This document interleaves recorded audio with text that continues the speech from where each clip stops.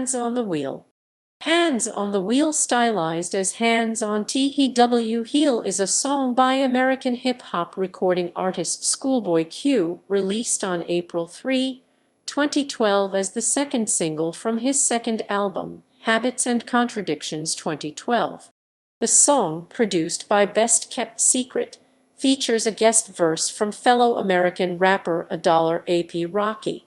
The song samples Kid Cudi's hit single Pursuit of Happiness, as performed live by Lissie. Background: after announcing his signing to Interscope Records in March 2012, Interscope released Hands on the Wheel as a single via iTunes and began promoting the song at urban and rhythmic radio formats in North America. The song would become his first to chart on any Billboard charts. Chart performance. Certifications.